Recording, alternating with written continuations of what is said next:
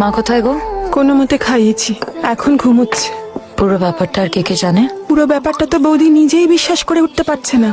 আমি আগে থেকেই আন্দাজ করেছিলাম, মাকে বলিনি। তোমাকেও বলিহারি যাই গো, কি এমন কাজ করো যে ফোনটা ধরা যায় না? মাটা চিন্তা করে করে একেবারে আধমরা হয়ে গেল। হ্যালো, এই কি রে, ফোন তুলিস না কেন? কি হয়েছে? শোন, যেটা বলার জন্য ফোন করেছি, বাবার একটা অ্যাক্সিডেন্ট হয়েছে। আমি কালকে মাকে ভিডিও কল করে নেব। টিকিট কেটে দিচ্ছি, পঞ্চমীর মধ্যে এখানে চলে আয়। পেঁয়াজি হচ্ছে, আমি তো বলেছিলাম এবার আসতে পারবো না। বলেছি যখন, এখানে আয়। মার এখন আমাদেরকে দরকার। একটু ঝেড়ে কাজবি, কেসটা কি? আমি না এক কথা আর বারবার রিপিট করতে পারছি না রে। আর এই ফ্যামিলিটা আমার একার নয়। হাট, আমি আসছি না।